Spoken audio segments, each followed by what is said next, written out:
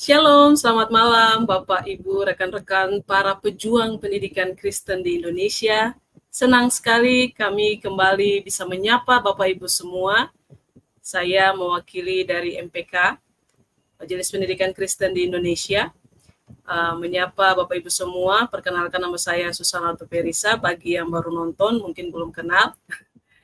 Jadi live streaming Majelis Pendidikan Kristen di Indonesia berkolaborasi dengan Bara Digital Ministry. Nah, malam hari ini kita akan membahas topik yang sangat menarik untuk kita pelajari bersama-sama, khususnya untuk guru-guru, dan harapannya Bapak Ibu semua bisa mengikuti dari awal sampai akhir. Kalau ada pertanyaan bisa diajukan nanti pada kolom chat YouTube maupun Facebook dan Instagram. Topik yang akan kita bahas malam hari ini yaitu guru profesional dan kompetensi guru abad 21. Nah, topik ini akan dibahas sejauh apa dan bagaimana kita bisa memahaminya. Akan dibahas oleh Dr. Wahyudi, MPD, MCI.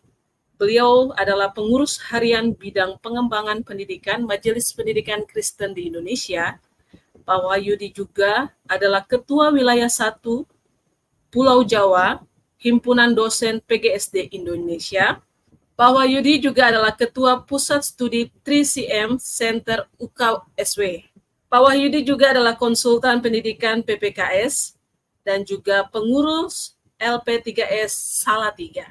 Nah, Bapak Ibu, tentunya dari profil singkat yang saya bacakan tadi, kita tahu bersama, kita bisa simak bersama kalau yang akan membahas materi pada malam hari ini pakar dalam bidangnya, maka jangan sungkan-sungkan untuk memberikan pertanyaan dan kita akan diskusi bersama-sama dengan Pak Wahyudi.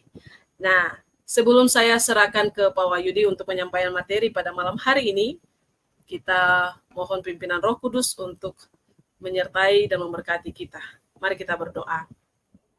Bapa dalam kerajaan sorga, kami mengucap syukur untuk waktu dan kesempatan yang Engkau berikan kepada kami, di mana malam hari ini kami akan belajar melalui live streaming Majelis Pendidikan Kristen dan Bara Digital Ministry.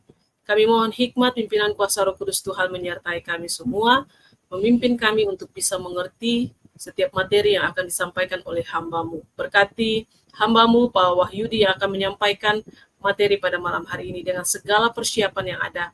Biarlah materi yang dipersiapkan menjadi berkat untuk setiap guru-guru yang mengikuti pada malam hari ini maupun pada siaran ulang nanti. Terima kasih ya Bapak. Kami menyerahkan semua media perangkat yang kami gunakan, semuanya Tuhan berkati agar berjalan dengan baik. Dalam nama Tuhan Yesus kami berdoa. Amin. Baik, Pak Wahyudi, saya persilakan. Ya, baik. Kak Susan, terima kasih ya sudah mengantarkan kita pada pertemuan pada malam hari ini. Bapak dan Ibu dan juga teman-teman yang dikasih Tuhan ya, ini satu kesempatan yang luar biasa untuk kesekian kalinya begitu ya, saya boleh berbagi dengan pengalaman yang sudah saya dapatkan dan juga praktis lapangan yang sudah saya lakukan begitu ya, menjadi seorang praktisi di dalam dunia pendidikan. Dan hari ini saya akan berbagi begitu ya tentang guru profesional dan juga kompetensi guru di abad 21. Bapak dan Ibu dan saudara-saudara yang dikasih Tuhan, seringkali begitu ya, kalau kita perhatikan guru saat ini berlomba-lomba begitu ya untuk mendapatkan predikat profesional dengan mengikuti pendidikan profesi guru, sehingga mereka akan mendapatkan sertifikat dan mendapatkan predikat profesional. Tetapi tidak semua guru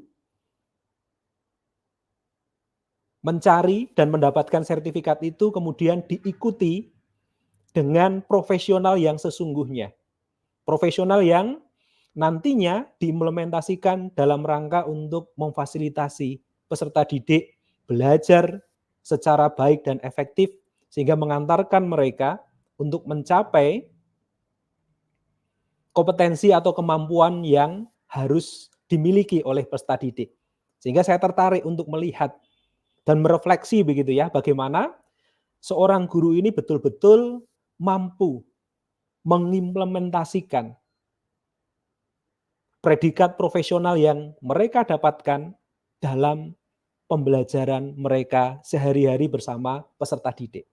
Dan yang kedua, dengan perkembangan teknologi yang luar biasa saat ini, profesional itu juga harus dinyatakan sebagai bentuk bahwa guru selalu melakukan upgrade diri untuk menyesuaikan kebutuhan pembelajaran di abad 21 ini. Untuk itu saya akan membagikan satu pengalaman praktis begitu ya, untuk hal yang kaitannya dengan dua hal ini. Yang pertama, Bapak dan Ibu dan juga teman-teman, guru profesional, kalau kita lihat dalam Undang-Undang Guru dan Dosen, dikatakan guru yang memiliki kompetensi tertentu sesuai dengan persyaratan yang dituntut oleh profesi keguruan. Ini secara umum, secara tuntutan minimal, mereka memiliki persyaratan itu. Dan persyaratannya adalah S1 dan bersertifikat pendidik. Profesional, dalam Undang-Undang Guru dan Dosen, mereka harus memenuhi 4 kompetensi ini. Kompetensi kepribadian, pedagogi, sosial, dan juga profesional sesuai dengan bidangnya masing-masing. Tetapi ini adalah tuntutan minimal bagi mereka. Yang seringkali dari 4 kompetensi dan juga sertifikat pendidik yang dimiliki, tidak semua melakukan tugas sesuai dengan predikat baru mereka, yaitu guru profesional. Sehingga kalau kita lihat dalam regulasi yang baru saat ini ada, ini pemerintah sudah luar biasa. Semua data, semua manajemen pengembangan diri yang berkelanjutan dikemas dalam satu sistem yang namanya SIM PKB. Di mana semua guru bisa mengakses manakala mereka sudah masuk ke dalam SIM PKB ini.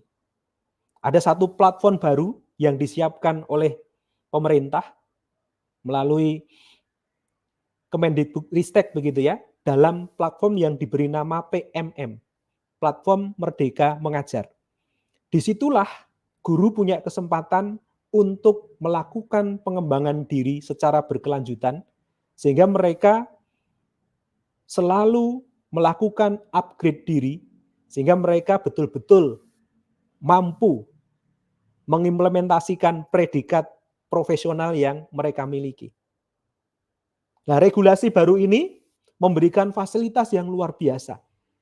Mulai database-nya guru, mulai kompetensi-kompetensi apa saja yang nanti akan ada di sana, sampai semua program profesi pun ada di satu sistem ini. Jadi sangat lengkap. Dan di dalam sistem ini, ya, sudah tersedia beberapa fasilitas untuk melakukan pengembangan diri dalam bentuk pelatihan-pelatihan mandiri yang bisa dilakukan oleh seorang guru dalam rangka bertanggung jawab tentang keprofesionalannya. Nah, ini sudah tersedia di sini. Pelatihannya ada, kita bisa memilih, kita tertarik dengan pengembangan kompetensi di bagian apa, tersedia di sini. Jadi sangat lengkap. Sehingga regulasi baru dengan sistem yang baru ini memungkinkan seorang guru betul-betul menunjukkan profesionalitasnya dalam mengembangkan diri dan nantinya akan diimplementasikan di kelas begitu. Jadi sangat lengkap. Bahkan di situ ya, di fasilitas yang disediakan ada report atau kata sederhananya adalah ada rapotnya.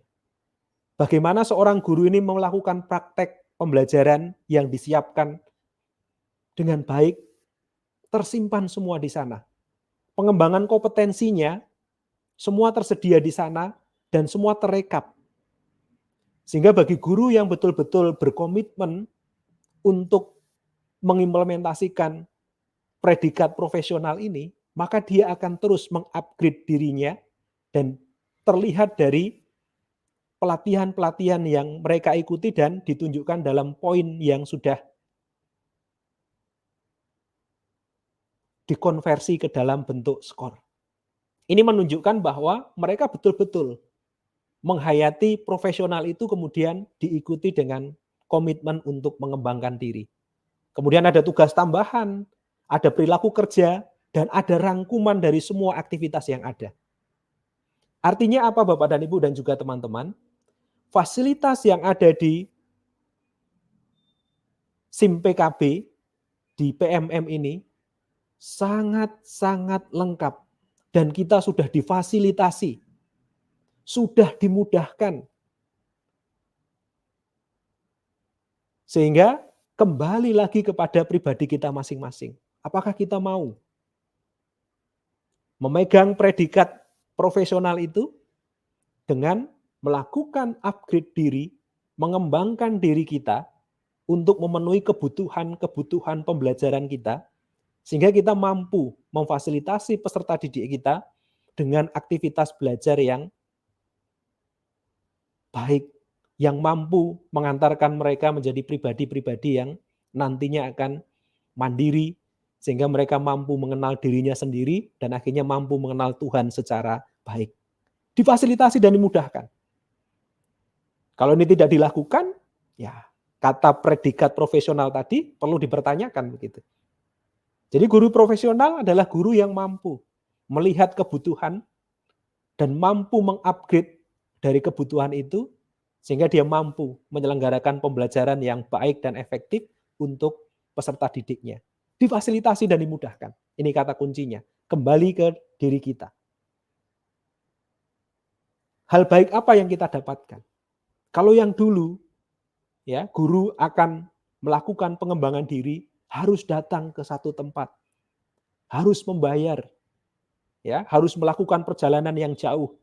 Tetapi saat ini dengan regulasi yang baru, kita dimudahkan.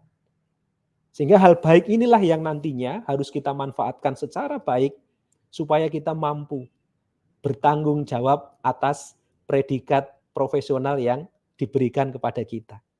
Ini satu poin yang penting buat kita Bapak dan Ibu, khususnya bagi Bapak dan Ibu guru ya, supaya kita betul-betul bertanggung jawab secara penuh kepada Tuhan. Kita diberi kesempatan untuk mendapatkan sertifikat pendidik dan mendapatkan predikat profesional. Ini yang harus kita lakukan. Ini bagian pertama tentang profesional Bapak dan Ibu. Kemudian yang bagian yang kedua, sebagai seorang guru, yang harus mengikuti perkembangan zaman, kebutuhan pembelajaran saat ini, yang sering kita kenal dengan pembelajaran abad 21, sehingga juga dituntut juga kemampuan kita untuk memenuhi kebutuhan pembelajaran abad 21 ini. Dan ini menjadi satu tantangan bagi kita sebagai seorang guru profesional. Gitu. Salah satunya kita harus mampu melihat perkembangan teknologi yang luar biasa. Ya. Dan saat ini kita berada pada satu kondisi ya di industri 4.0 di mana semua hal ya ini sudah terkoneksi dengan internet. Semua hal ada di dalam genggaman kita. Ini yang saat ini mau tidak mau kita diberhadapkan pada kondisi ini Bapak dan Ibu. Guru dituntut untuk mampu melihat, beradaptasi dengan tuntutan saat ini. Seringkali gitu ya, kalau saya guyonan dengan teman-teman saya begitu ya, kadang-kadang dompet kita tertinggal itu ya enggak masalah gitu ya. Tapi pada saat HP kita yang tertinggal, waduh kita bingung luar biasa begitu ya. Ini menunjukkan bahwa sebenarnya banyak hal ya yang ada di dalam handphone kita ini yang terkoneksi dengan internet ini memberikan fasilitas yang luar biasa untuk kita. Kita bisa mengontrol, kita bisa melakukan pekerjaan, kita mampu melakukan transaksi pembelian dan sebagainya dengan teknologi yang ada. Pada saat kita terkoneksi dengan internet, HP kita terkoneksi dengan internet, sehingga kita mampu melakukan banyak hal, termasuk dalam pembelajaran. Ini yang menjadi tuntutan ke kita, Kita semua Bapak dan Ibu. Apalagi sekarang sudah muncul AI. Ini luar biasa. Di mana kita diberhadapkan pada satu kondisi ya, dengan adanya kecerdasan buatan ini ya, artificial intelligence begitu ya, di mana banyak hal yang bisa kita lakukan dengan AI ini. Ini juga menjadi sesuatu yang baru dan kadang-kadang tidak semua guru mau melihat ini. Sehingga profesional yang saya jelaskan di depan, saya coba untuk kaitkan dengan ini. Apakah kita sebagai seorang guru juga tanggap dengan perubahan ini? Kita tanggap dengan AI yang begitu luar biasa perkembangannya, di mana AI ini terus berkembang dan memberikan kemudahan-kemudahan kepada kita. Dan hal ini menjadi satu hal yang diperdebatkan awalnya ya, ada pro kontra begitu ya, terhadap AI yang muncul pertama kali dalam bentuk ChatGPT ini. Tidak hanya di kalangan masyarakat, di kalangan akademisi pun ini menjadi satu hal yang kontradiktif. Kalau kita melihat di sini, ya, tidak hanya di media, tetapi di kampus-kampus besar pun membicarakan tentang ChatGPT ini. AI yang dikeluarkan oleh OpenAI yang akhirnya sangat meresahkan masyarakat. Orang beranggapan bahwa dengan adanya ChatGPT ini akan membuat orang malas, orang tidak mau berpikir, orang akan mencari mudahnya. Nah, inilah yang terjadi manakala kita menanggapi perkembangan atau kemajuan dengan pola pikir yang pendek. Melihat dari sisi jeleknya dulu, tanpa melihat sisi positif yang sebenarnya bisa kita gunakan. Pada saat ini muncul aplikasi ini atau AI ini diblokir, karena ini menjadi tantangan. Tapi kalau kita melihat ini sebagai peluang akan berpikir yang berbeda, begitu Bapak dan Ibu dan juga teman-teman. Ini yang sering kali menjadi perdebatan begitu ya. Makanya banyak kampus gitu ya, banyak sekolah yang kemudian memblokir ChatGPT ini. Tetapi apa yang terjadi? Diblokir, muncul kembali gitu ya. Muncul kembali dan tidak hanya berhenti di sini begitu ya. Kalau OpenAI mengeluarkan ChatGPT, apa yang terjadi? Apakah Google diam? Tidak Bapak dan Ibu dan juga teman-teman.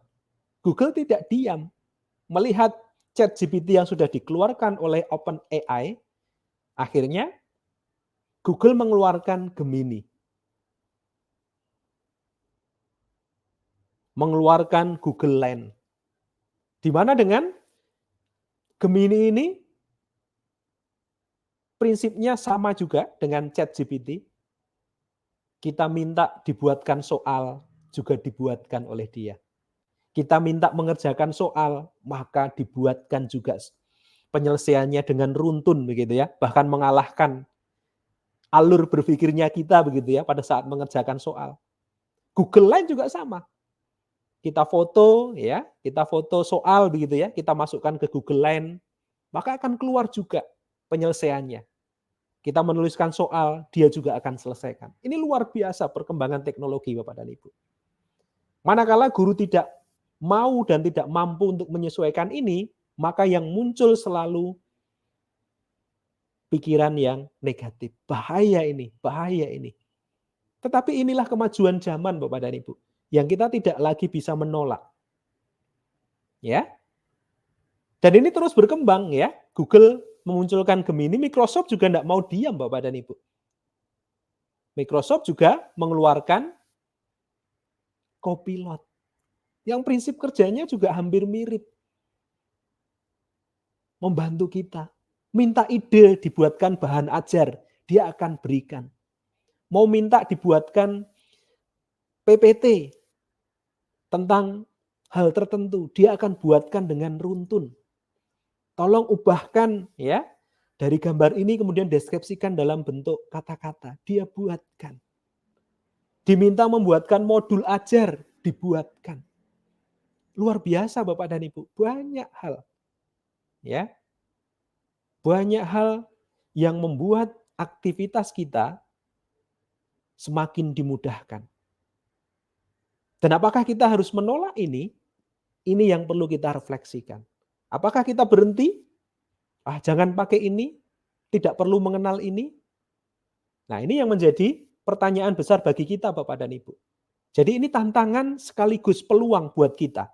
Supaya kita merefleksi diri kita, bahwa ini loh yang terjadi saat ini.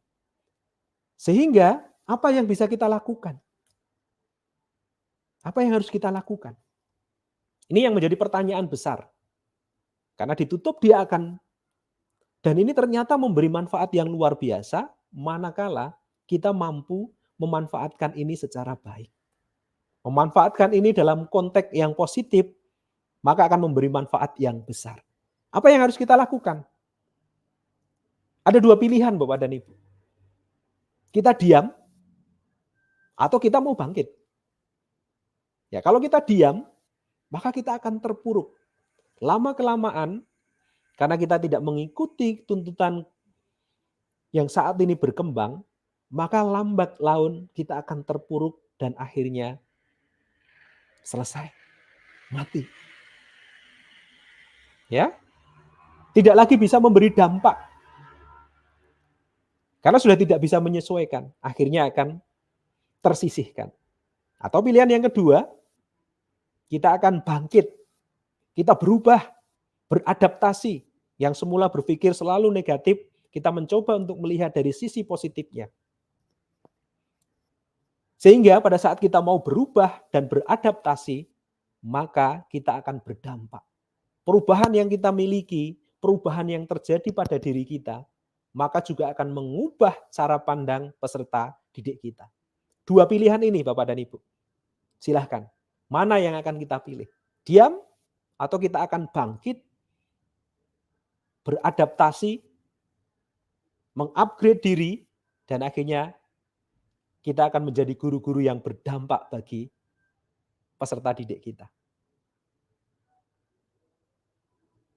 Dan mengapa harus kita lakukan Bapak dan Ibu? Kita sebagai seorang guru Kristen begitu ya.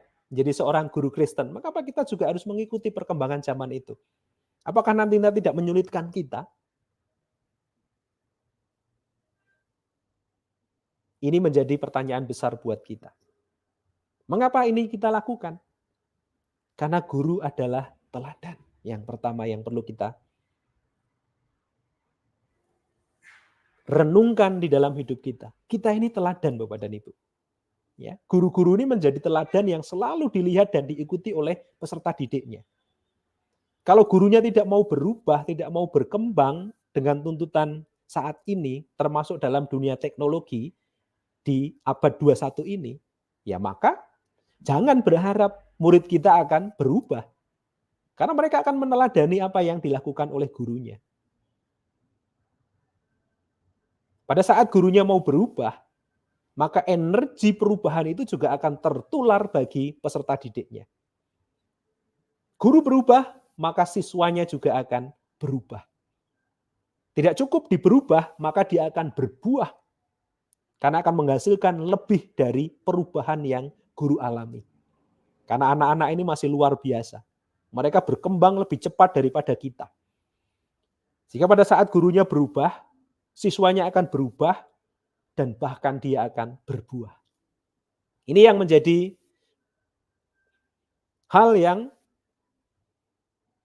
menjadi catatan kita, menjadi perenungan kita, supaya kita tidak hanya menjalankan tugas mengajar, tetapi kita mampu menjadi teladan bagi murid-murid kita.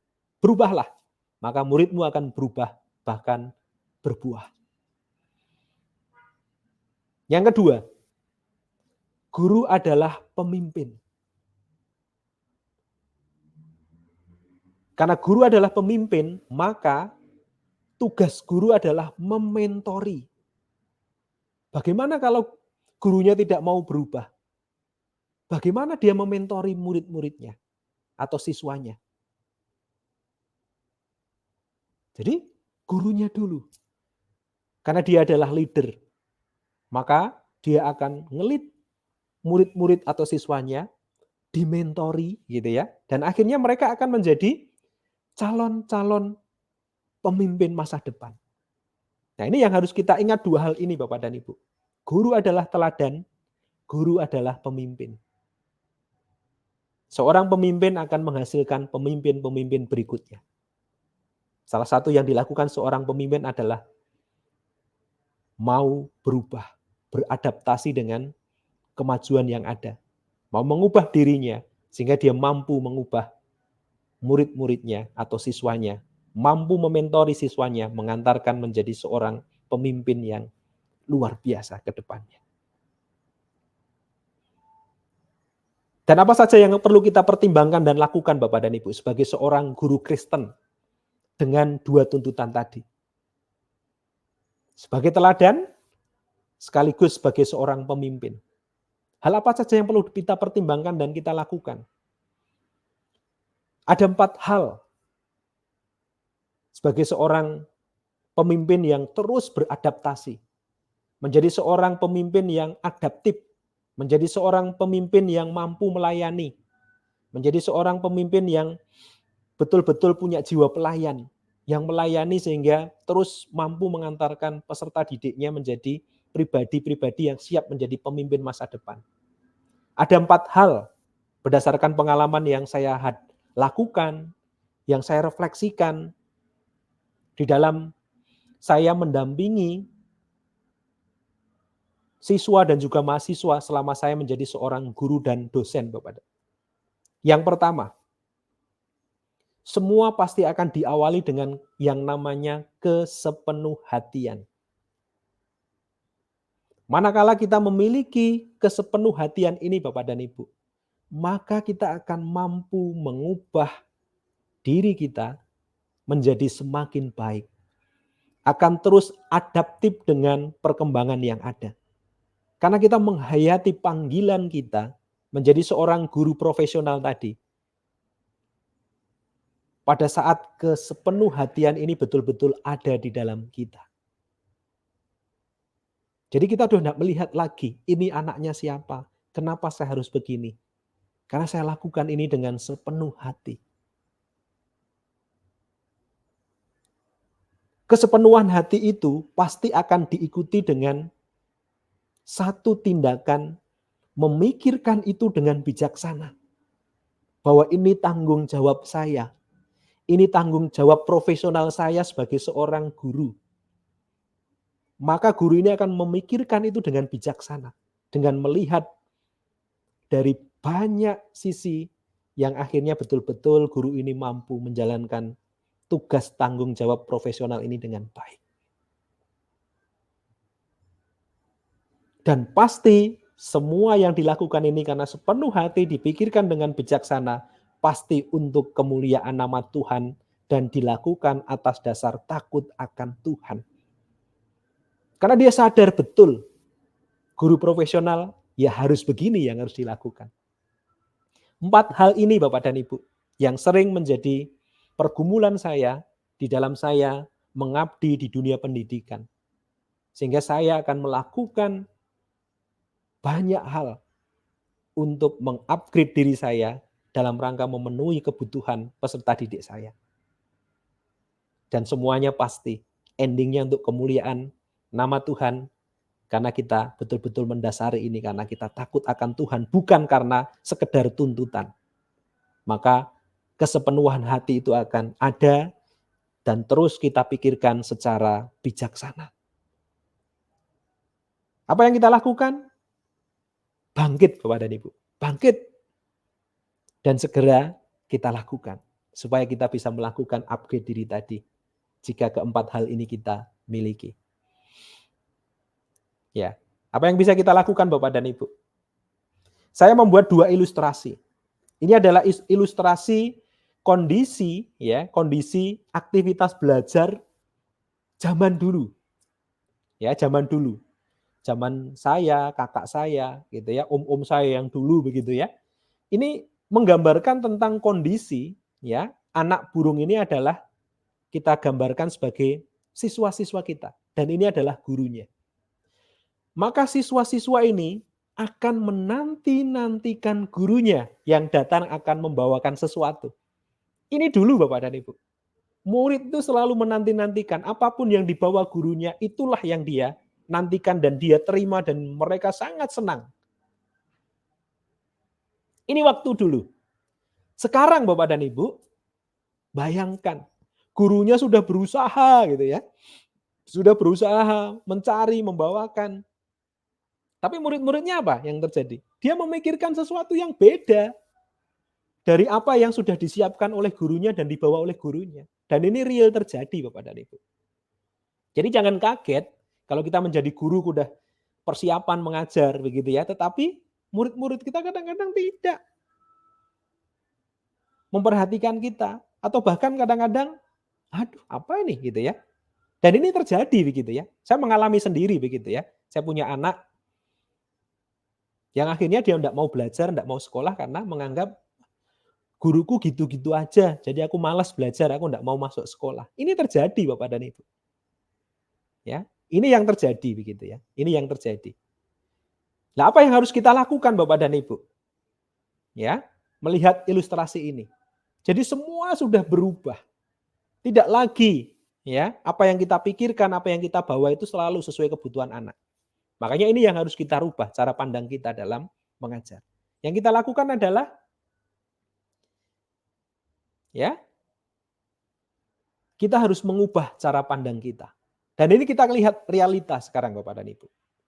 Apakah kita melihat anak-anak kita seperti ini? Saat ini ya Bapak dan Ibu. Ya kalau kita tanya, kita melihat anak-anak seperti ini, zaman now gitu ya.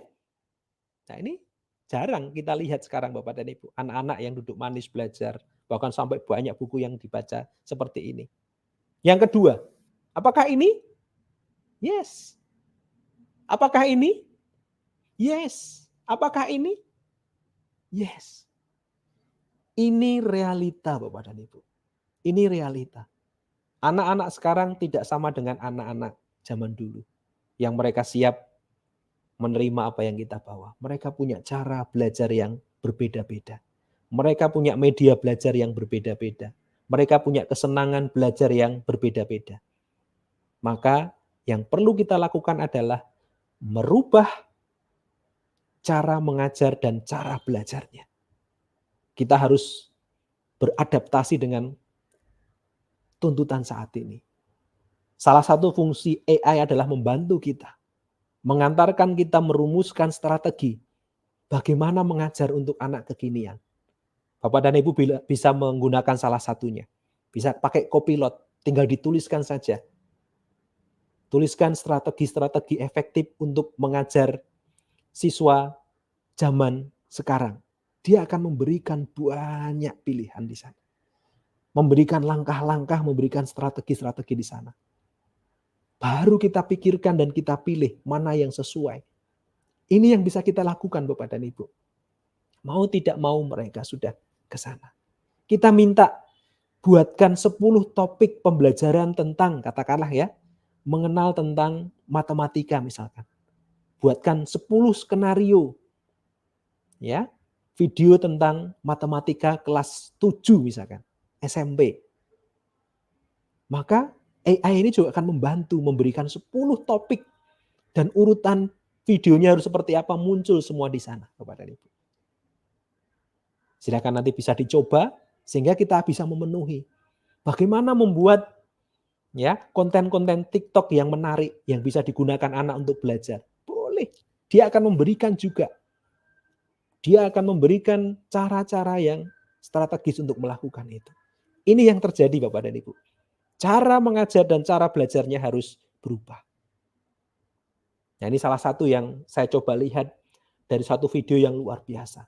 Di mana mereka betul-betul difasilitasi ya, belajar sesuai dengan kebutuhan mereka. Bahkan ada praktisi mengajar, mereka boleh belajar begitu ya dengan orang lain yang expert begitu ya. Sehingga mereka tanya, "Kenapa saya gagal seperti ini?" Maka praktisi yang berkomitmen membantu ini juga akan memberikan penyelesaian. Dan akhirnya mereka mencoba, bertanya lagi, gagal, mereka coba lagi, terus diulang, gagal, tidak masalah. Dan akhirnya mereka belajar, terus. Dan akhirnya mereka berhasil. Ini cara belajar yang berbeda, tidak lagi menunggu gurunya, ya, Tetapi dengan teknologi, mereka bisa berkomunikasi dengan orang lain untuk belajar, untuk mendapatkan solusi dari masalah yang mereka dapatkan. Ini yang saya maksudkan. Cara belajarnya berubah, maka anak-anak akan belajar dengan cara yang baru juga. Tidak terbatas di kelas, tetapi mereka bisa meminta bantuan, bahkan berkomunikasi dengan orang di luar sana yang mereka anggap berkompeten sehingga membantu mereka untuk belajar. Ini yang menarik Bapak dan Ibu. Dan akhirnya mereka mampu. Dan ini harus dibentuk sistemnya dalam pola belajar yang ada di sekolah. Bagaimana sekolah terbuka, tidak hanya mengandalkan apa yang dimiliki di dalam sekolah, yang dimiliki oleh guru-gurunya, tetapi juga berkolaborasi ya dengan praktisi sehingga mereka dapat memfasilitasi peserta didik ini secara lebih besar sehingga mereka mampu menyelesaikan persoalan yang mereka hadapi. Ini yang terjadi Bapak dan Ibu. Tetapi ada beberapa hal yang tidak bisa dilakukan oleh teknologi yang nantinya akan membentuk hal-hal baik bagi anak-anak kita. Banyak sekali orang pinter. Tetapi pinter saja tidak cukup. Dibutuhkan orang-orang bijaksana. Teknologi, AI, mampu membuat orang pinter atau smart. Tetapi teknologi tidak mampu mengantarkan anak-anak menjadi anak-anak yang bijaksana. Nah, disinilah nanti Bapak dan Ibu yang harus kita waspadai. Kalau kita lihat di poin ya 1, 2, 3, 4, 5, 6 ya sampai dengan 7, kalau kita mau bersaing dengan AI ini akan sangat sulit. Nah, ini yang warna abu-abu Bapak dan Ibu. Yang biru adalah yang manusia. Ini perkiraan sampai dengan tahun 2025 begitu. Kita bicara yang pertama saja Bapak dan Ibu tentang informasi dan pemrosesan data. Kita kalah cepat Bapak dan Ibu. Kita kalah cepat. Ini saya sudah mencoba begitu ya. Saya minta Copilot untuk mengerjakan soal dan saya mengerjakan soal juga. Kalah cepat saya. Copilot lebih cepat mengerjakan itu dengan cara yang sangat runtut. Kita tidak bisa. Ya. Tidak bisa untuk mengalahkan AI untuk bagian ini. Tetapi ya, kalau kita mau melihat bagian bagaimana nanti kita mengajarkan anak-anak melakukan komunikasi dan interaksi, membentuk pribadi yang saling memperhatikan, membentuk pribadi yang akhirnya punya empati kepada teman yang lain, ini yang tidak bisa dilakukan oleh AI atau teknologi. Disitulah peran guru, Bapak dan Ibu.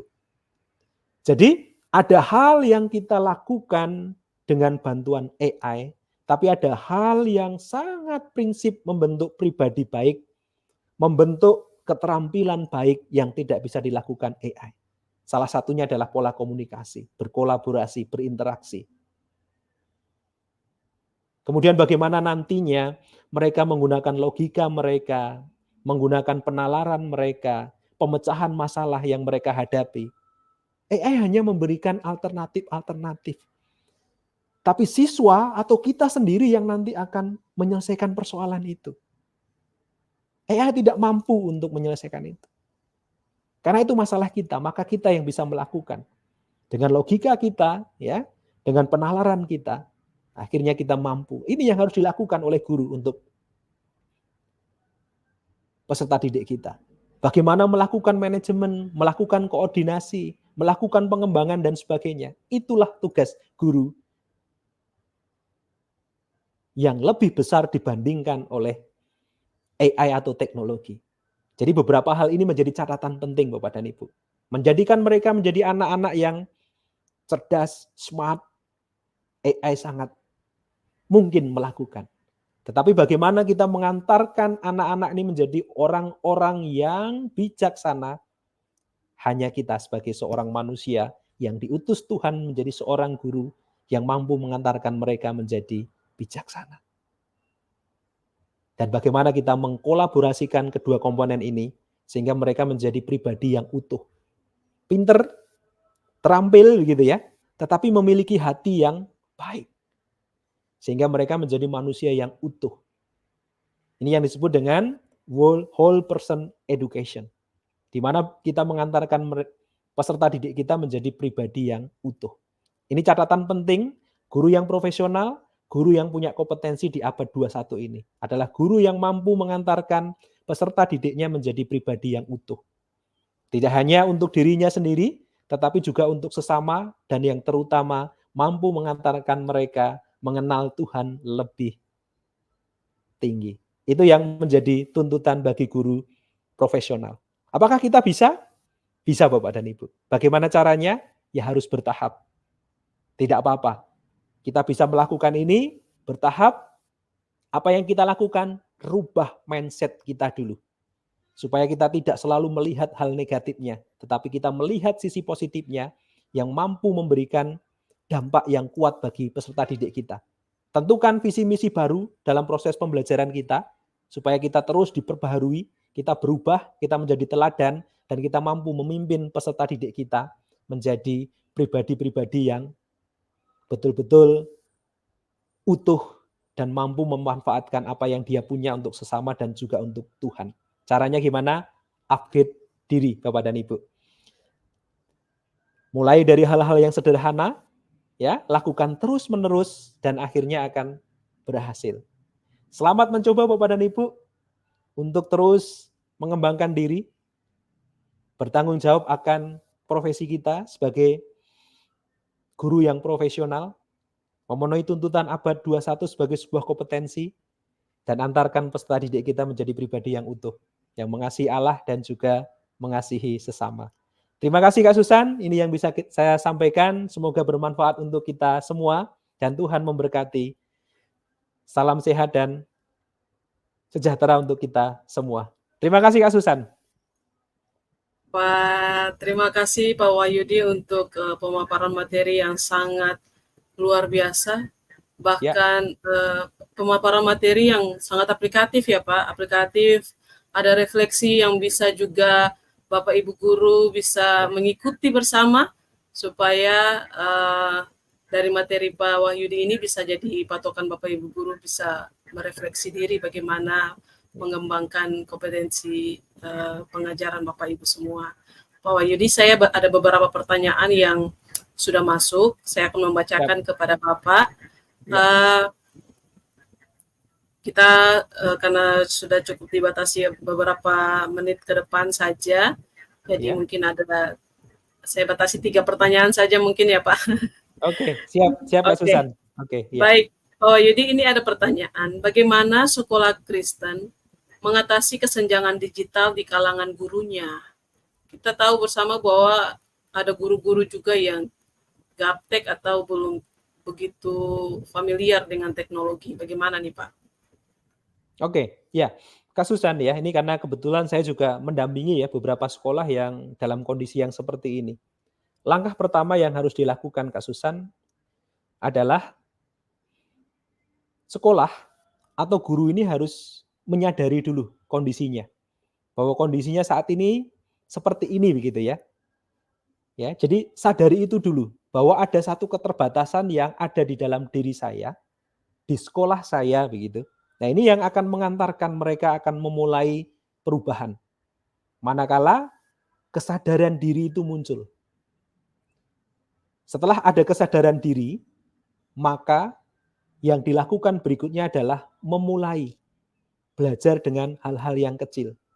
Mau mendengar, ya, mau belajar, dan mau bergerak menuju tempat di mana dia bisa belajar gitu. Nah, ini yang seringkali sulit begini Kak Susan. Dalam kondisi yang memang susah gitu ya, tapi dia menutup diri gitu ya. Akhirnya dia lari gitu ya. Karena tidak menyadari bahwa saat ini ada kebutuhan yang harus dia penuhi begitu. Jadi yang dilakukan adalah harus menyadari dulu, kemudian terima. Ya, terima masukan dari orang lain, mulai berubah. Nah, dan itu dimulai dari hal-hal yang kecil, Kak. Ya, biasanya ya ini harus mau nih karena menyadari ada kebutuhan, maka ada keinginan untuk belajar keluar. Ya, kirimkan satu begitu kan, Kak? Kirim satu, belajar, kemudian dibawa ke sana. Paling tidak, kalau itu tidak bisa diimplementasikan, dia kan bisa memvideokan ya, Kak ya. Biasanya kan ada video, kalau enggak ada sinyal kan pasti mereka punya HP ya. Ya, paling tidak divideokan kemudian datang ke murid-muridnya. Di luar sana sudah seperti ini, Nak. Maka dari situ akan memberikan satu harapan dan motivasi pada siswanya. Wih, luar biasa. Ini yang terjadi pada diri saya dulu, Kak. Saya juga dari tempat yang jauh dari sinyal, Kak. Susah sekali ya, karena saya tinggal di perkampungan juga begitu ya. Tapi manakala ada guru saya yang memberi kesempatan saya pergi ke kota gitu, Kak. Akhirnya saya punya pikiran yang berbeda itu, Kak. Ternyata seperti ini ya, gitu ya.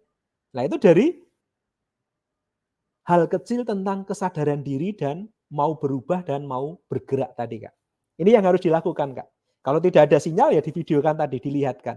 Akhirnya peserta didiknya akan terpanggil tuh, oh berarti saya akan sekolah ke sana nanti. Saya akan berangkat ke sana nanti setelah dari sini begitu. Lah ya. Lambat laun perubahan itu akan terjadi secara masif, Kak.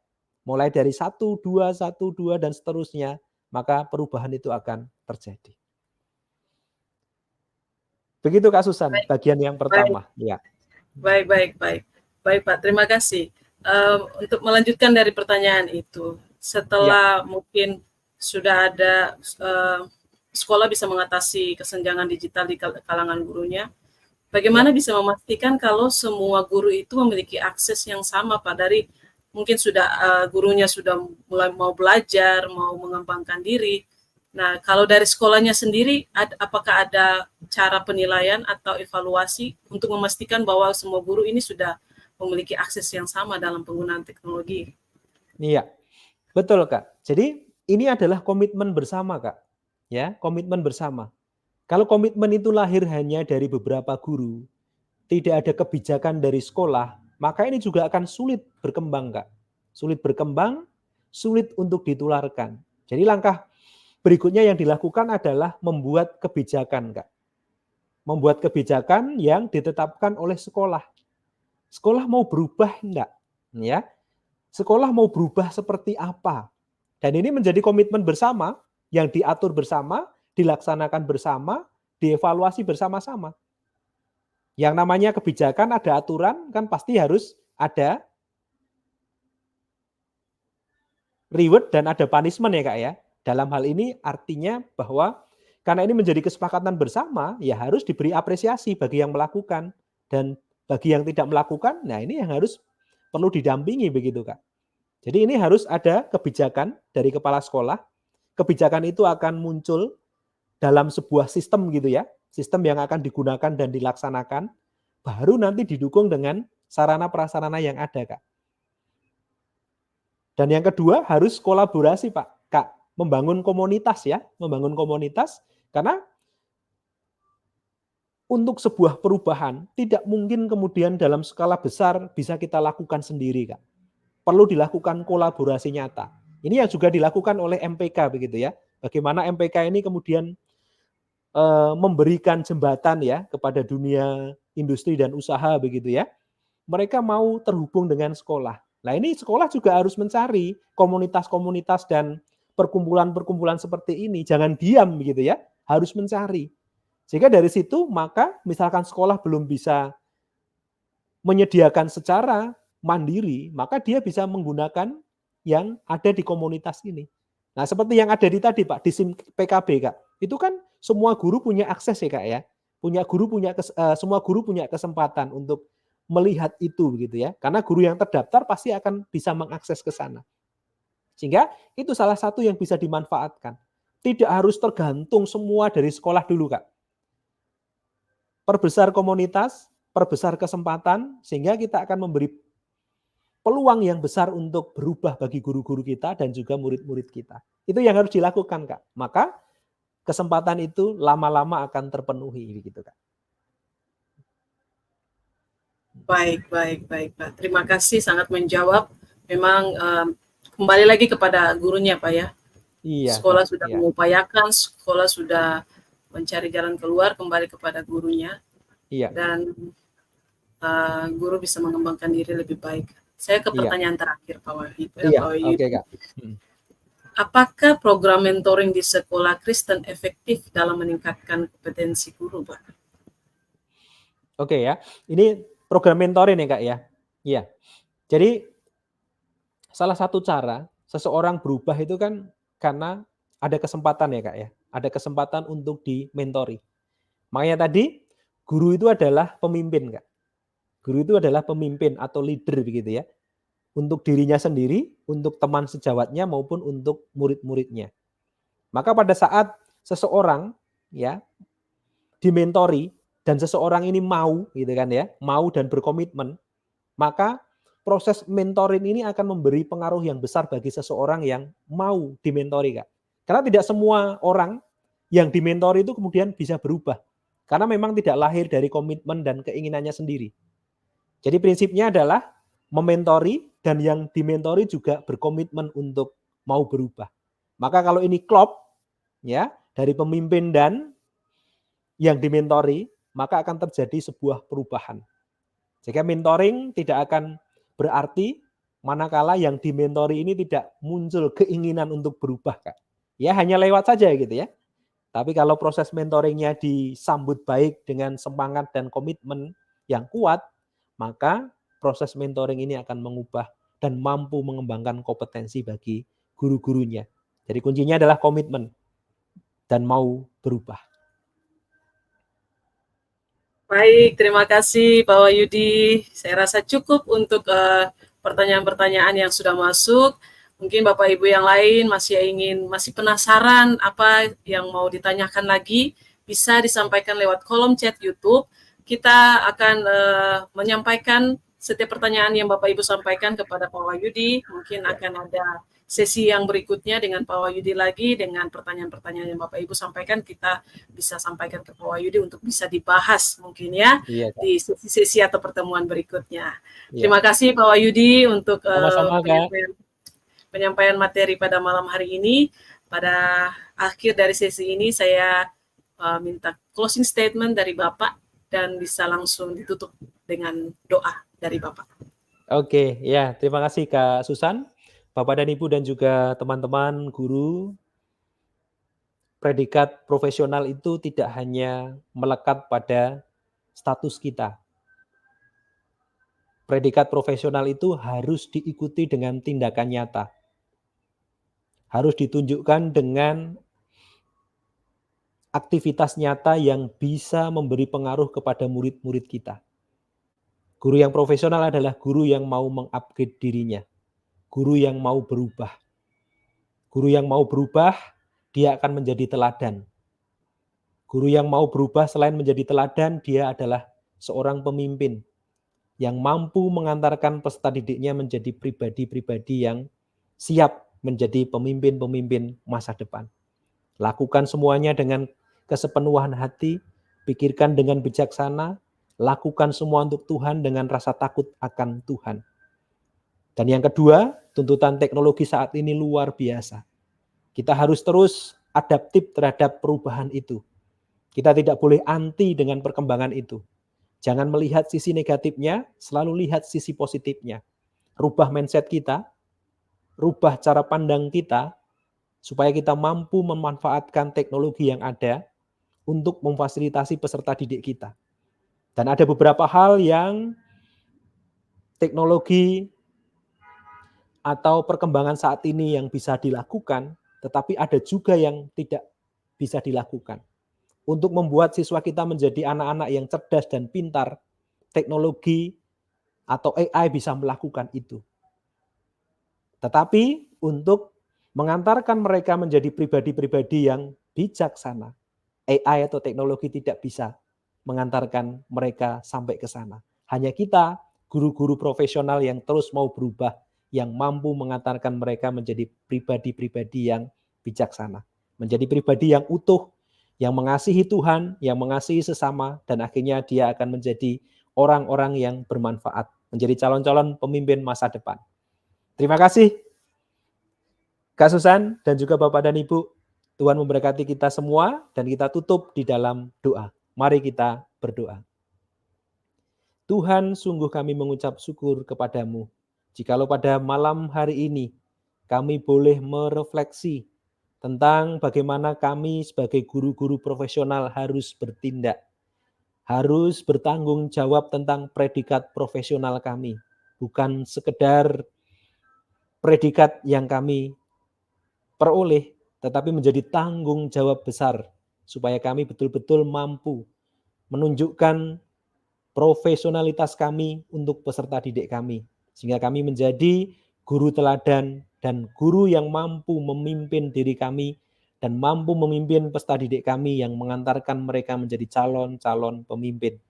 Kami juga bersyukur ya Tuhan, hari ini Tuhan ingatkan bahwa perkembangan teknologi luar biasa, tuntutan abad 21 yang begitu besar, ajarkan kepada kami untuk terus dan mampu mengikuti perkembangan zaman dengan baik. Kami melihat sisi positif dari perkembangan itu, sehingga kami mampu mengantarkan peserta didik kami menjadi pribadi yang utuh, pribadi yang mengenal Tuhan dan mengasihi sesama, pribadi yang tidak hanya pintar tetapi bijaksana.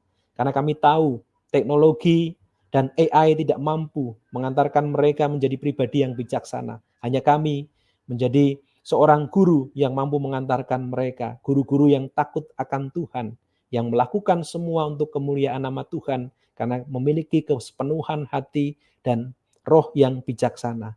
Terima kasih ya Tuhan, kami serahkan kehidupan kami sepenuhnya dan pelayanan kami di MPK dan juga kami sebagai seorang pengajar hanya di tangan Tuhan, berikan roh hikmat Tuhan. Berkati juga Kak Susan dan juga tim yang saat ini membantu kami dan juga kami semua. Terima kasih ya Tuhan, inilah doa kami yang kami panjatkan di dalam nama Tuhan Yesus Kristus. Amin. Amin. Terima kasih Pak Wahyudi untuk pelayanan pada malam hari ini dengan Terima live kasih Kak streaming Susan. Pendidikan Kristen dan Barat Digital Ministry. Tuhan Ya. Yesus memberkati Bapak dalam setiap tugas, tanggung jawab, dan pelayanan, Pak. Amin. Malam Ya. Tuhan memberkati Kak Susan dan juga pelayanan teman-teman Bapak. tim yang membantu. Terima kasih Bapak. Terima kasih juga Bapak Ibu semua yang sudah menyaksikan live streaming pada malam hari ini. Jangan lupa untuk di-share kepada teman-teman Bapak Ibu yang lainnya supaya banyak orang diberkati dan mau belajar dan mengembangkan diri menjadi lebih baik lagi. Sampai jumpa di minggu depan dengan topik dan pembicara yang berbeda tentunya. Kami Majelis Pendidikan Kristen dan Barat Digital Ministry menyampaikan selamat malam, Tuhan Yesus memberkati kita semua. Ya, terima kasih. Tuhan Yesus memberkati.